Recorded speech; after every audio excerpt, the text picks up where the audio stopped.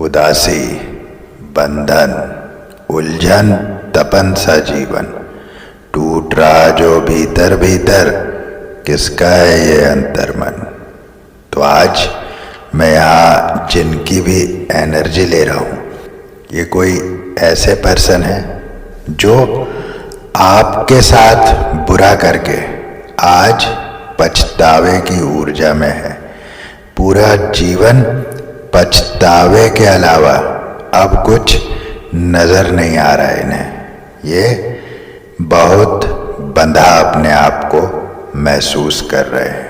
बहुत ज़्यादा उदासी की ऊर्जा में है ये पर्सन। ये जो कोई भी पर्सन है, इन्होंने आपके साथ पास्ट में बहुत बुरा किया था।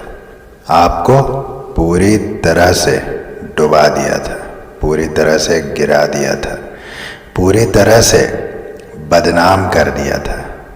ये मैं एनर्जी आज इस पर्सन की बहुत ज़्यादा पिक कर रहा हूँ। तो आज ये उलझन की स्थिति में है। आज सीने में तपन है। आज वही अंधापन है जिस अंधेपन में आपको डालने का प्रयास किया था। वही अनिद्रा भरी रातें, वही बंधन, वही उदासी, इन सब को लिए जीवन में पछताने के अलावा अब कुछ भी दिखाई नहीं देता। हालांकि मैं ये स्पष्ट देख सकता हूँ कि इस व्यक्ति के मन में आपके लिए घृणा नहीं है, उस समय भी नहीं थी। हाँ, परिस्थितिवश कुछ बातें हो जाती हैं, वो एक अलग विषय है, किंतु इस व्यक्ति के मन में घृणा आपके प्रति उस समय भी नहीं थी, आज भी नहीं है। किंतु परिस्थिति के अधीन होकर भी अधर्म का साथ देना तो आपको अधर्मी ही बनाता है। इसका उत्कृष्ट उदाहरण हम महाभारत से ले सकते हैं। भीष्म पितामह जैसे महाज्ञानी, महाप्रतापी ऐसे लोग भी परिस्थिति के अधीन होकर अधर्म के साथ खड़े हो जाते हैं। और जब वे अधर्म के साथ खड़े हो जाते हैं तो फिर वो किसी कीमत पे पूजनीय नहीं रहते। इसीलिए आप किसी भी परिस्थिति के अधीन स्वयं को ना करें। श्री कृष्ण गीता में यही कह रहे हैं कि अपनी इंद्रियों को वश में रखने वाला इस जीवन पर विजय प्राप्त करता है। तो ये जब इन्होंने किया था, जब आपको इस प्रकार की प्रताड़ना दी थी, आपको बर्बाद कर देने की मंशा जब उनके अंतर मन में उठी थी, चाहे फिर वो किसी के बहकावे में आकर ही क्यों ना हो, किंतु स्वीकार तो किसी क्षण पर व्यक्ति कर ही लेता है ना, तभी तो कोई कार्य करता है। मान लीजिए कि एक उदाहरण से हम इसको समझते हैं कि मान लीजिए दुनिया कहती है कि उसकी संगत में बुरी लत पड़ गई। मान लीजिए कोई स्मोक करता है, उसने आपके सामने 100 बार जो है स्मोकिंग स्टिक प्रस्तुत की होगी, मैं नाम नहीं लेता उसका।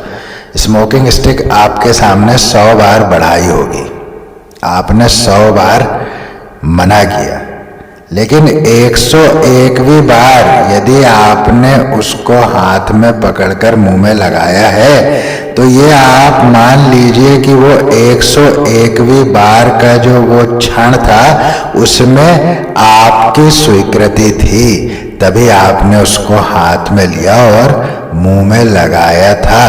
तो स्वीकृति कहीं ना कहीं व्यक्ति देता है, तभी तो परिस्थिति उसके ऊपर हावी हो जाती है ना। तो इसीलिए परिस्थिति को कभी दोष नहीं दिया जा सकता। परिस्थितियां तो बनती है, किंतु किसी भी परिस्थिति में धर्म से डिग जाना अधर्म ही होता है। किसी भी परिस्थिति में, चाहे आपके पास आज 1 रुपया भी नहीं है खाने के लिए, लेकिन यदि किसी का 100 रुपया आपने छीन लिया है और आप उसके लिए ये सफाई देते हैं कि मेरे पास खाने के लिए नहीं था इसीलिए मैंने उसका छीन लिया, तो ये कभी स्वीकारनीय नहीं है, ये धर्म संगत न्याय संगत बात नहीं है। इसीलिए जो लोग अपनी विपरीत परिस्थितियों में भी धर्म के साथ होते हैं वे परमेश्वर के हृदय में होते हैं, और परमेश्वर उनका साथ, उनका हाथ कभी नहीं छोड़ते, कभी नहीं छोड़ते। तो आज की रीडिंग बहुत ही भावनात्मक रूप से जो है ये रीडिंग आगे चल रही है, क्योंकि मैंने जैसे ही कार्ड्स खोले थे, जैसे ही कार्ड्स ओपन किए थे, मुझे यही फीलिंग आई कार्ड्स देखकर कि ये जो उदासी है, ये जो अंधकार है, ये जो उलझन है, तपन है, जलन है, ये अब कष्ट दे रहा है, अब भीतर ही भीतर सुलगा रहा है, भीतर ही भीतर जला रहा है, भीतर ही भीतर सत्य के दर्शन करा रहा है। ऐसा सत्य जो कहा भी न जाए और स्वीकार भी किया नहीं जा सक रहा है, ऐसा सत्य है ना। क्योंकि जब हम ऐसा कुछ कर देते हैं तो उस सत्य को स्वीकारने से भी मन घबराने लगता है। अब जब स्वयं ही घबरा रहा है व्यक्ति, तो किसी को बता क्या सकेगा उस सत्य को कि हाँ मैंने ऐसा किया था। दुनिया को झूठ बता सकता है ना कि ऐसा ऐसा हुआ था, वैसा वैसा हुआ था, ये दुनिया के लिए है, अपने लिए थोड़ी है। अपने को तो सब कुछ मालूम है ना तो इसीलिए महान लोग कहकर गए कि time is the best healer. समय घावों को भर तो देता है, किंतु समय आपको सत्य के दर्शन भी कराता है। समय घूमता है, कभी आपके पक्ष में, कभी उसके पक्ष में, किंतु ये समय भी उनके अधीन हो जाता है जो परिस्थितियों के अधीन नहीं होते, जो परिस्थितियों का शिकार नहीं होते, उनके अधीन समय हो जाता है। तो ये एक बहुत इम्पॉर्टेंट बात है लाइफ में कि हमें जीवन में परिस्थितियों के अधीन नहीं होना चाहिए, परिस्थितियों को अपने अधीन रखना चाहिए। ठीक है ना, कितना भी कुछ बाहर बिगड़ चुका है, हम मौन धारण कर लेंगे ना, हम नहीं कहेंगे कुछ, समय बता देगा ना अपने आप। जो बहुत कह रहे हैं आज, कल वो कुछ कहने लायक नहीं रहेंगे, ये पक्की बात है, ये पक्की बात है प्यारे, कि जो लोग अपनी विपरीत परिस्थितियों में धैर्य को नहीं छोड़ते, धर्म को नहीं छोड़ते, तो फिर समय उनको नहीं छोड़ता जो ऐसे लोगों के साथ कुछ गलत करने की मंशा रखते हैं या कुछ बुरा करते हैं, फिर समय उनको छोड़ता नहीं। फिर ऐसे लोगों के लिए ही समय को काल कहा गया है तो उनके लिए काल बन जाता है समय। जो अभी इस व्यक्ति के जीवन में चल रहा है, वास्तव में घड़ी की सुइयां एक एक मिनट, एक एक घंटे के बराबर प्रतीत हो रहा है, क्योंकि खुशियों के क्षण में तो एक एक घंटा एक एक मिनट के बराबर लगता है, और जब क्षण बदलते हैं खुशियों के और क्षण आते हैं दुख के, घड़ी आती है दुख की, तो एक एक मिनट एक एक घंटे के बराबर लगने लगता है। तो यही हो रहा है इस समय, क्योंकि मन ने सत्य के दर्शन पा लिया है। सत्य यह है कि उन्होंने आपके साथ बहुत बहुत बुरा किया था, बहुत बुरा किया था, इतना बुरा जिसकी कल्पना कर पाना भी शायद बहुत बड़ी बात है, जिसकी कल्पना की नहीं जा सकती कि इस लेवल पे भी कोई इतने नज़दीक का व्यक्ति जा सकता है। ये मैं फील कर रहा हूँ, मेरा मन व्यथित हो रहा है इसको फील करते हुए। तो इस समय मैं देख पा रहा हूँ कि ये जो भी व्यक्ति हैं आर्थिक समस्याओं से भी जूझ रहे हैं, वे सोच में हैं कि जो समस्याएं आपके लिए रखी थी उन्होंने, वो उनके हिस्से कैसे आ गई? तो मुझे ऐसी बातों पर जो है बड़ी हंसी आती है कि लोग जब दूसरों के लिए गड्ढा खोदते हैं तो कैसे उसमें स्वयं गिरते हैं। ये कदम कदम पर हमें उदाहरण मिलते हैं ना। अभी हम मान लीजिए कि उदाहरण लेते हैं हम सतयुग से, हम लेते हैं उदाहरण हिरण्यकश्यपु का, हम लेते हैं उदाहरण भक्त प्रहलाद का कि कैसे होलिका आई, कैसे भक्त प्रहलाद को जलाने की पूरी प्लानिंग बनी और कैसे वो स्वयं उसमें ध्वस्त हो गई। तो लोग इन सब जो हमारी जो पौराणिक कथाएं हैं इनसे शिक्षा लेते कहाँ हैं? इसको तो बस ऐसे ही हवा में समझ लेते हैं ना, लेकिन ऐसा नहीं है। बताया जा रहा है कि औरों के घर अगर आग लगाने का सपना देखोगे तो सबसे पहले खुद का घर जलेगा। वो इस पर मुझे अटल जी की भी कविता की 2 लाइनें याद आ रही है कि औरों के घर आग लगाने का जो सपना अपने ही घर में सदा खरा होता है। तो वास्तव में ये कविता जो है पूर्व प्रधानमंत्री अटल जी ने पड़ोसी देश के लिए लिखी थी। तो ये बड़ी ही अच्छी कविता है। कुछ लाइन मैं अब आपको ज़रूर सुना दूं क्योंकि अब मेरे मन में आ गई है, तो मैं ज़रूर आपको इसकी चंद पंक्तियां सुनाऊंगा जिससे आपको ये कविता समझ आएगी कि उन्होंने कहा क्या है। 1 नहीं 2 नहीं करो 20 समझौते, पर स्वतंत्र भारत का मस्तक नहीं झुकेगा। अगणित बलिदानों से अर्जित यह स्वतंत्रता, त्याग तेज तपबल से रक्षित यह स्वतंत्रता, प्राणों से भी प्रियतर यह स्वतंत्रता। इसे मिटाने की साजिश करने वालों से कह दो, चिंगारी का खेल बुरा होता है। औरों के घर आग लगाने का जो सपना अपने ही घर में सदा खरा होता है। तो ये वास्तव में कविता है। वो कविता तो बहुत लंबी है किंतु मैंने ये आपको चंद उसकी पंक्तियां सुनाया है कि उसके भाव क्या है, ये किसको कहा जा रहा है। ये पड़ोसी देश को कहा जा रहा है, पाकिस्तान को, कि औरों के घर जो आग लगाने का सपना देखते हैं ना, वो उनके घर में स्वयं जो है वो सपना सच हो जाता है। तो आज हम देख ही रहे ना क्या हुआ। अटल जी ने कब ये कविता लिखी थी, लेकिन आज आप देखिए कि आग कहाँ लगी हुई है। तो इसमें प्रत्यक्ष को प्रमाण की आवश्यकता नहीं है ना। तो ये एक मेरे मन में एक बहुत ही अच्छा ये उदाहरण आ गया जिसको हम प्रत्यक्ष देख सकते हैं कि आज क्या हो रहा है वहां पर। तो ये यही सेम टू सेम कहानी ये उस पर्सन के जीवन में घट रही है कि सोचा तो था आपके जीवन को फूंक देने का, किंतु अब स्वयं के जीवन में जब वही चिंगारी आग बन गई है तो अब संभाले नहीं संभल रही। हालांकि प्रेम है, आपके लिए प्रेम है, किंतु अब करे तो करे क्या, परिस्थितियां। और जिस नोट पर छोड़ा था रिलेशन को वो बहुत ही निम्न स्तर था, बहुत ही निम्न स्तर पर जाकर के इस रिश्ते का ब्रेकअप हुआ था। और उतने निम्न स्तर से फिर किसी रिश्ते को ऊपर उठाना ये तो केवल और केवल परमेश्वर के आशीर्वाद से ही हो सकता है। तो ये भी आपको मैं बता दूं कि निश्चित रूप से परमेश्वर आपको प्रेम जीवन में खुशहाली का आशीर्वाद दे रहे हैं। ये बात पक्की है।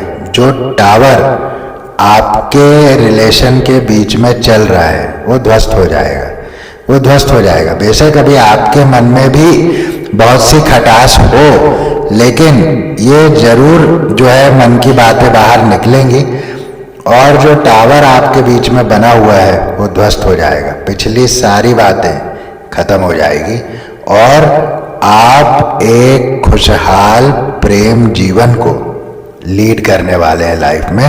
आपकी लाइफ में बैलेंस रहने वाला है। शिव शक्ति का आशीर्वाद आपकी लाइफ में निश्चित रूप से है। आपको आर्थिक सक्षमता प्रदान की जा रही है, जिससे आप लाइफ को उस तरह से जी सके जिस तरह से जीने की आप कल्पना करते रहे हैं। तो ये मुझे बहुत स्ट्रांग शिव शक्ति का मैसेज आ रहा है, तो जरूर आपने इसे क्लेम करना है। तो चलिए ले लेते हैं कुछ स्पिरिट गाइड मैसेजेस, कुछ एंजल डाउनलोड्स।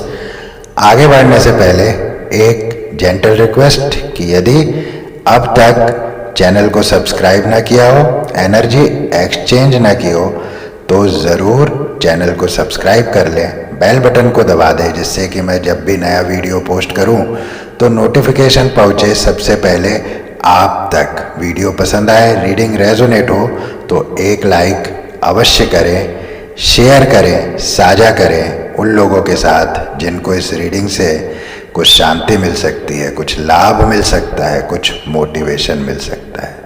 तो कुछ नंबर्स हैं जो मैं आपके साथ शेयर कर रहा हूँ, वो किसी तरह से आपकी लाइफ से जुड़े हो सकते हैं। नंबर टू बैलेंसिंग को भी शो करता है, जो कि मैंने आपको अभी टैरो से ही बताया था कि बैलेंस आपकी लाइफ में आ रहा है, संतुलन आ रहा है। तो number 2, number 4, number 5, number 8 and number 9।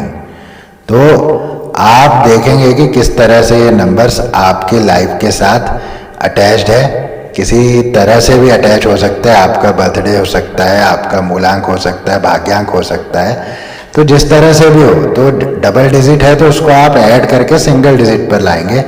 एक नंबर मुझे डबल डिजिट में फ्लैश हो रहा है, वह नंबर 13, 1 and 3, 13। तो ये नंबर भी आपके साथ कहीं ना कहीं रेजोनेट कर सकता है। तो अगर है ऐसा तो आप मुझे कमेंट करके बता सकते हैं। तो चलिए बढ़ते हैं स्पिरिट गाइड मैसेज की तरफ, एंजल डाउनलोड्स की तरफ। क्रिएटर एयर का जो मैसेज है वो कहीं ना कहीं रिलेट करता है हमारे लॉजिकल पावर से, हमारे विचारों की शक्ति से, है ना, बल से, बुद्धि से। क्योंकि एयर शक्तिशाली भी है ना, एयर में शक्ति है।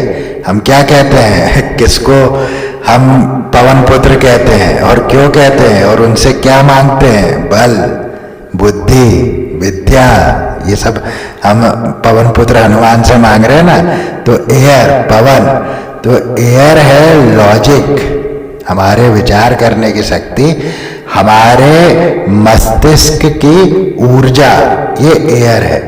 तो ये भाग्य को भी रूल करता है, ठीक है ना। तो कहीं ना कहीं क्रिएटर एयर का जो कार्ड है वो आपको बता रहा है, वो आपको संकेत दे रहा है कि आने वाला समय आपके भाग्य को प्रबल करने वाला है। तो इसमें आपके लिए एक संदेश ये भी है कि आपको बाहर जाना चाहिए, आपको शुद्ध हवा लेनी चाहिए, उसको अपने चेहरे पर, अपनी श्वासों में फील करना चाहिए। तो मैं अगर आपको बताऊं पर्सनली, तो एयर को आप कैसे फील कर सकते हैं। आप जब बाहर जाते हैं तो आप देखिए, जब एक पक्षी हवा को चीरता हुआ उड़ता है, आप देखिए कि कितनी एनर्जी है उसमें। जब आप उसको देखेंगे ना तो आप ऊर्जा से भर जाएंगे, आप लाइटर एनर्जी में चले जाएंगे। लाइटर एनर्जी यानी कि हम सारे बोझों को शेड ऑफ कर रहे हैं। हम सारी जो बोझ हमारे भीतर है, जब हम उसको शेड ऑफ कर देते हैं, हम उसको हटा देते हैं, तो निश्चित रूप से हम एक हल्की एनर्जी में चले जाते हैं। तो एयर में जाने से आपको बहुत से लाभ होंगे। आप कभी बाज को हवा में उड़ते देखिए, उसकी उड़ान ऊंची है बाकी पक्षियों से थोड़ा हटके, यानी दुनिया से थोड़ा हटके। वो बहुत ऊपर से अपने टारगेट को देख लेता है, वो बहुत ऊपर से दुनिया को देखता है, यानी कि उसका संसार को देखने के प्रति दृष्टिकोण अलग है बाकी पक्षियों से। यानी कि उसकी जो दुनिया है, उस दुनिया में वो एक अलग दृष्टिकोण रखता है, इसीलिए वो बाज है। समझ रहे ना मैं क्या कह रहा हूँ?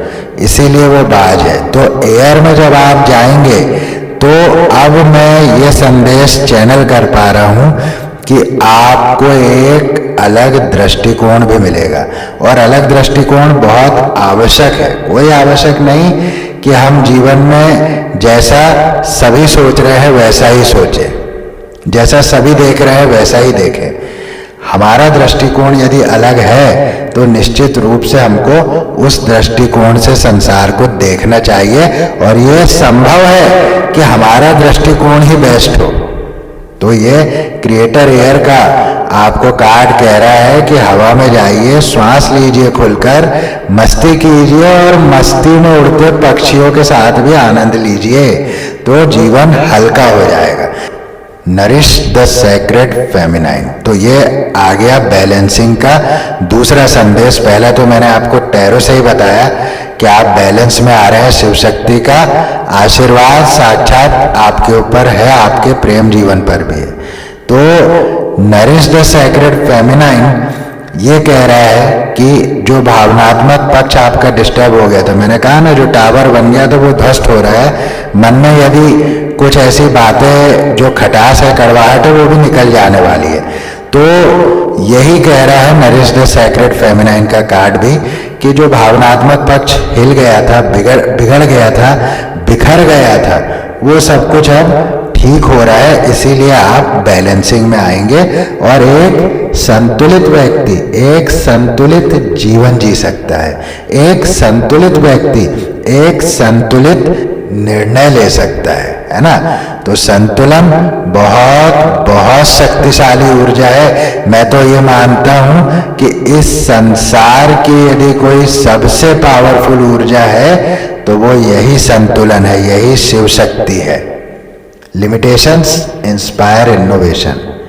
तो ये संदेश बहुत बहुत प्यारा संदेश है कि जब हमारे पास लिमिटेशंस होती है ना चीज़ों की, तो हम कुछ नया करने का सोचते हैं। उसी में से उतने ही लिमिटेड रिसोर्सेस में से हम कुछ नया निकालने का प्रयास करते हैं। जैसे उदाहरण देता हूँ कि हमको एक कमरे में कैद कर दिया जाए, तो हम क्या करेंगे? फिर उस कमरे से निकलने के हम तरीके ढूंढने लगेंगे। तो ये क्या हुआ? हमारा माइंड इनोवेशन करने लगा। अब हमारा माइंड जो है वो लगा खोजने में कि यहाँ से निकला कैसे जाए। तो आपको जब सीमाओं में डाला गया तो आप कुछ नया करने का सोचने लगे उस सीमा के कारण, है ना। तो लिमिटेशंस जब भी आएगी तो आपको कुछ नया करने के लिए प्रेरित करेगी। यही संदेश लिमिटेशंस इंस्पायर इनोवेशन का कार्ड दे रहा है। Sacred mirror. तो सेक्रेड मिरर जो है एक बहुत ही अच्छा संदेश है। ये आपके भीतर उत्पन्न हो रही एकात्म की भावना को दर्शाता है। अर्थात आप सारे संसार को एक आत्मा के रूप में देखने में अब सक्षम हो रहे हैं, यानी कि स्वयं की तरह ही संसार को देखने में सक्षम हो रहे हैं। यही मिरर हुआ ना। आप सब में स्वयं को ही देख रहे हैं तो आईना हो गया ना। और आप स्वयं में परमेश्वर को देख रहे हैं और सब में स्वयं को देख रहे हैं, तो इनडायरेक्ट वे में आप सभी में परमेश्वर को देख रहे हैं। इसीलिए ये पवित्र आईना बन जाता है, आपके लिए पवित्र दर्पण बन जाता है। तो सेक्रेड मिरर का कार्ड आपके उस भाव को दर्शाता है कि आप सभी जीवों को एक मानने के लिए अब आपके भीतर से आवाज आ रही है। और ये आध्यात्म की पराकाष्ठा है जब हम इस वास्तविकता को जान लेते हैं कि एक चींटी से लेकर के एक हाथी तक, जिसमें मनुष्य भी आ गया, ये सभी एक ही है, इसमें कोई अंतर नहीं है। दिए का शेप अलग हो सकता है पर लौ अलग नहीं हो सकती, है ना। दिया किसी भी शेप में बनाया जा सकता है, मिट्टी का दिया किसी भी शेप में बनाया जा सकता है, लेकिन जब उसमें अग्नि जलेगी, जब वो चेतन किया जाएगा तो लौ तो एक ही है। तो उस लौ को देख पाने की क्षमता आपके भीतर आ गई है। इसीलिए ये सेक्रेड मिरर का संदेश आपको बता रहा है कि आप बहुत अच्छी ऊर्जा में फ्लो कर रहे हैं। आप अब वास्तविकता को जानने की ऊर्जा में प्रवेश कर चुके हैं। द गुड काइंड का संदेश कह रहा है कि पहले हो सकता है कि आप ना मतलब चीज़ों को ठीक तरह से हैंडल नहीं कर पाते थे, या मतलब चिड़चिड़ापन आपके अंदर अधिक था, आप अच्छे ढंग से डील नहीं कर पाते थे किसी सिचुएशन को। लेकिन द गुड काइंड का संदेश ये बता रहा है कि आने वाले समय में आप प्रतिकूल से प्रतिकूल परिस्थितियों में भी गुडनेस और काइंडनेस ले आएंगे। आप बहुत शांति से किसी भी सिचुएशन को सॉल्व कर देने में सक्षम हो गए हैं, क्योंकि वो सैक्रेड मिरर का कार्ड बता रहे हैं ना कि आप आध्यात्मिक ऊंचाई की तरफ चल रहे हैं। तो निश्चित रूप से जो लोग आध्यात्मिक ऊंचाई की तरफ चलते हैं, फिर वो बाहरी चीजों से प्रभावित नहीं होते ना, बाहरी किसी बात से प्रभावित नहीं होते। Prosperity sisters are happiness and Joy. तो आपको हैप्पीनेस एंड जॉय में रहना है, समृद्धि उनके साथ ही रहती है। आप बस हंसी खुशी रहिए, जो कि मैंने क्रिएटर एयर के कार्ड से भी बताया कि बाहर जाइए, एंजॉय कीजिए, पक्षियों को देखिए, प्राणियों को देखिए। आपके अंदर शक्ति का संचार हो जाता है। जब आप पक्षियों को देखते हैं ना, तो शक्ति आ जाती है भीतर कि क्या इनका लाइफ है। आप कभी सोच के देखिए कि किस क्षण कौन मार देगा, इसकी कोई गारंटी नहीं है, लेकिन कितनी हंसी खुशी, कितनी एनर्जी में पूरा जीवन बीत रहा है। वाह, मैं तो आनंदित हो जाता हूं देख करके। इनफ्लो विथ मनी, तो धन, मैंने कहा ना, टैरो से भी कहा कि धन संबंधित आपकी समस्याएं समाप्त कर दी गई है, समाप्त हो रही है। आप और धन एक दूसरे के साथ बहने वाले हैं। लीड योर मेटामॉर्फोसिस, अपनी कायाकल्प के नायक बनने के लिए अब आप पूर्णतः तैयार हैं। आपकी कायाकल्प होने वाली है, आपका जीवन पूरी तरह से ट्रांसफॉर्म होने वाला है, पूरी तरह से बदलने वाला है। तो इसके लिए आप तैयार हो जाए, क्योंकि ये बदलाव लाने वाले आप स्वयं बनेंगे। परमपिता परमेश्वर की कृपा से आप स्वयं ये बदलाव लाने वाले बनेंगे। तो चलिए लेते हैं कुछ एंजल डाउनलोड्स, देखते हैं क्या एंजल्स आपके लिए कह रहे हैं, क्या संदेश वे देना चाहते हैं आपको। चैंट ओम, चैंट ओम का संदेश आपको दे रहे हैं। तो ओम की चैंटिंग आपके लिए बहुत फायदेमंद हो सकती है।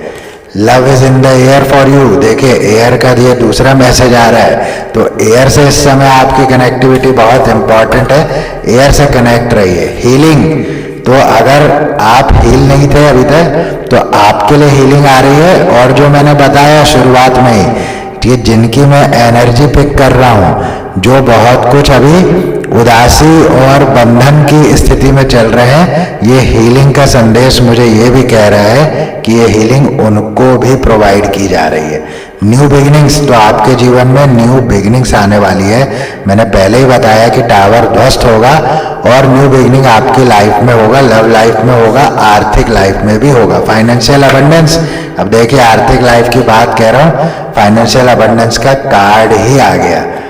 दुष्ट परिवारजन, तो आपके परिवारजन आपके प्रति अच्छे भाव नहीं रखते होंगे शायद, या आपके विचारों का सम्मान नहीं करते होंगे। ऐसा भी रहता है ना, बहुत सी फैमिलीज है जो कि मतलब अपने ही परिवार वालों के दुश्मन बने हुए हैं। तो ऐसा है ना, ये आज से नहीं, हम बहुत पहले से देखते आ रहे हैं ना, सुनते आ रहे हैं, कथाएं सुनते आ रहे हैं। महाभारत की कथा हमने देखी है, सुना है, पढ़ा है, तो ये देख ही तो रहे हैं हम कि दुष्ट परिवारजन कैसे होते हैं। गीदड़ों ने शेर के विरुद्ध समूह बनाया है, तो गीदड़ ही शेर के विरुद्ध समूह बनाते हैं, लकड़ बग्गे ही शेर के विरुद्ध समूह बनाते हैं। शेर को समूह बनाने की आवश्यकता नहीं पड़ती है। बहुत ही सुंदर। You are the best, angel surrounds you. तो डिवाइन आपको बता रहे हैं कि आप बेस्ट हैं, इसीलिए उनके भेजे हुए एंजल्स आपको हमेशा सुरक्षा प्रदान करते हैं। पीठ पीछे वार करने वालों से सावधान, यह आपके लिए एक वार्निंग मैसेज भी है। पीठ पीछे वार करने वालों से सावधान। और दो संदेश लूंगा ससुराल पक्ष से संबंधित। तो यदि आप मैरिड हैं तो आपके ससुराल पक्ष से संबंधित है ये सारा जो मैटर आपकी लाइफ में और आपके पार्टनर की लाइफ में चला है, वो निश्चित रूप से आपके ससुराल वालों के कारण ही ये हुआ है, ऐसा मैं फील कर पा रहा हूँ इस संदेश से। आपके वैवाहिक जीवन में मधुरता आने वाली है। जरूर क्लेम कर लीजिएगा, आपकी लव लाइफ में, मैरिड लाइफ में मधुरता अवश्य अवश्य आएगी। तो यही था आज का संदेश। इस रीडिंग को यहीं देता हूं विराम, फिर मिलूंगा नेक्स्ट रीडिंग में। तब तक के लिए जय श्री राम।